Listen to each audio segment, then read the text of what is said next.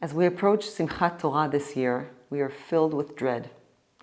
The thought of replaying that horrific day is almost paralyzing. Getting out of bed, I'm sure we'll all recall those fateful moments of the dawn of Simchat Torah last year, where we were, what we did, how little we knew about the extent of evil in this world. Some of us have been grappling this year with deep anger towards the perpetrators, certainly, and also towards God.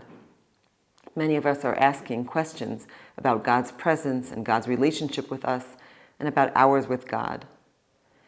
On Simchat Torah and on the following Shabbat Bereshit, we will read from the Torah that humans are created in the image of God.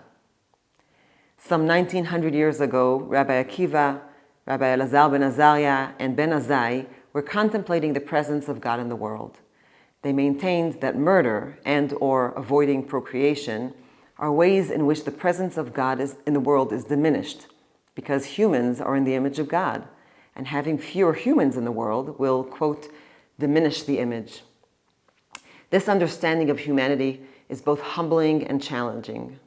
It's an invitation to conduct ourselves in this world as if we are representatives of God, not cynically as all-powerful and all-knowing beings, but more like ambassadors, who symbolize the entity that sent them, and therefore must be extra careful and aware of what they do and how they're perceived.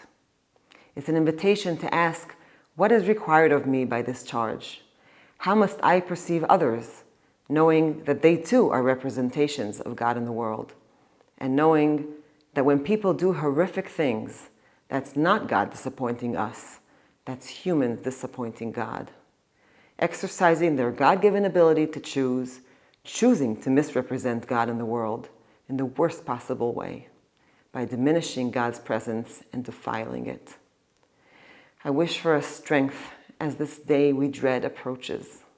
I pray that as we cope with the trauma and horror, we could also feel charged with bringing a godly presence into this world and glorifying it with good choices. Shabbat Shalom from Schechter.